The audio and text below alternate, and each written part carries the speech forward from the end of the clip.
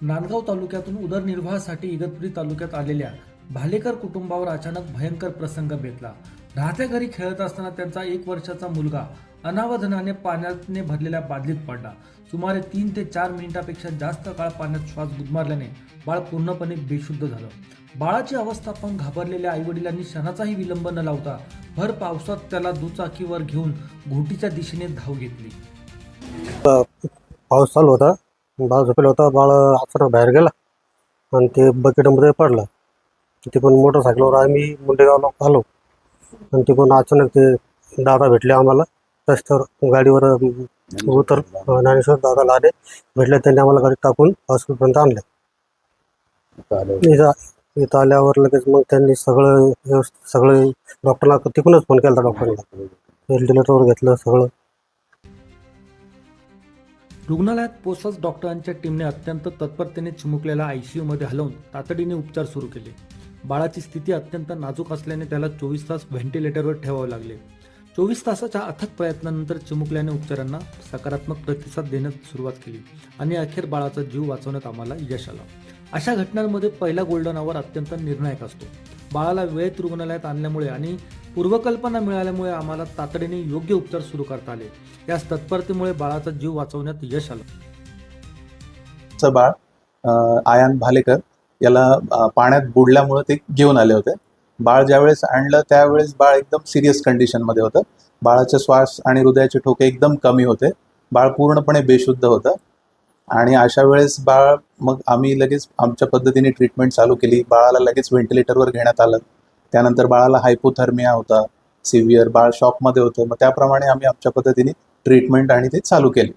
मग अशा पद्धतीने ट्रीटमेंटला हळूहळू बाळाने रिस्पॉन्स दिला आणि आता 6व्या दिवशी आम्ही बाळाला सुखरूप डिस्चार्ज करत आहोत. म्हणजे बाळ आता पूर्णपणे व्यवस्थित आहे. बाळ व्यवस्थित अंगावर दूध पण पित आहे, खात आहे आणि हसतं खेळतं बाळ आम्ही आता घरी सोडतोय. म्हणजे ज्या परिस्थितीमध्ये बाळ आलं होतं तर हे एक चमत्कारापेक्षा वेगळी गोष्ट नाही आहे. आमच्या पद्धतीने बाळाचा जीव पण वाचला आणि बाळ व्यवस्थित आहे हे आम्हाला सांगण्यास खूप आनंद होत आहे. तर देवाने या चिमुकल्याचा जीव वाचवण्यासाठी त्या क्षणाला माझी निवड केली आणि माझे आणि भालेकर कुटुंबाची महामार्गावर भेट घडवून आणली. एका चिमुकल्याचा जीव वाचला याचा आत्मिक समाधान मिळाल्याची भावना ज्ञानेश्वर लहाने यांनी व्यक्त केली. वाघेरा साईडनी एक बाईक येत होती. तिच्यावर टेबल सीट होते. 2 पुरुष आणि 1 महिला. तर त्या महिलेला इतकं जोरात त्यांनी उतरवलं, तिने उडी मारली की लोटलं असा माझा एक भास झाला आणि मी थोडंसं पुढे येऊन त्यांच्या हातात बाळ पाहिलं. तर मला असं वाटलं की त्या महिलेकडनं बाळ पळून येत आहे की काय.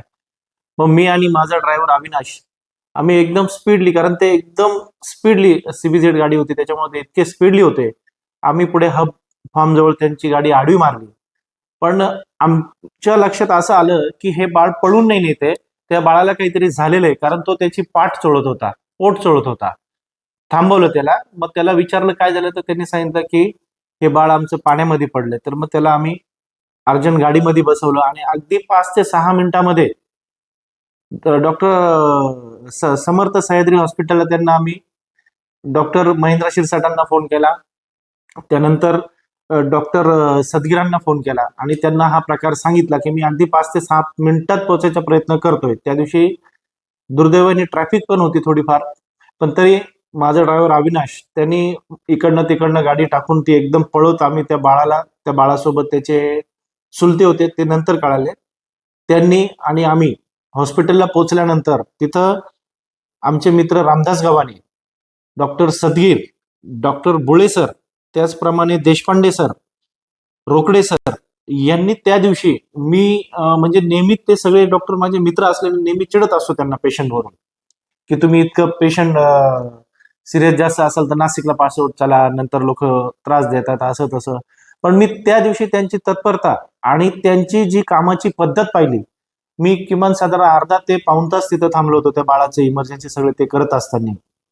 तर त्यांचा स्टाफ, ते सगळे डॉक्टर्स, रामदास गव्हाणे इतकी पळापळ करून त्या बाळाचं पाणी काढण्यापासून तर इतकं छान पद्धतीने त्यांनी ते बाळ वाचवलं. आज ते बाळ सुखरूप आहे. एकीकडे निसर्गाचा कोप, दुसरीकडे काळाचा घाला, अशा परिस्थितीत सापडलेल्या या चिमुकल्यांसाठी उद्योजक ज्ञानेश्वर लहाने आणि सह्याद्री हॉस्पिटलचे डॉक्टर हे साक्षात देवदूत ठरले. माणुसकी अजूनही जिवंत आहे आणि माणुसकीच्या रूपाने देव आजही धावून येतो. या विचारावर या घटनेने पुन्हा एकदा शिक्कामोर्तब केलं. फॉक्स सिटी बुलेटिनसाठी विकास काजळे, इगतपुरी, नाशिक.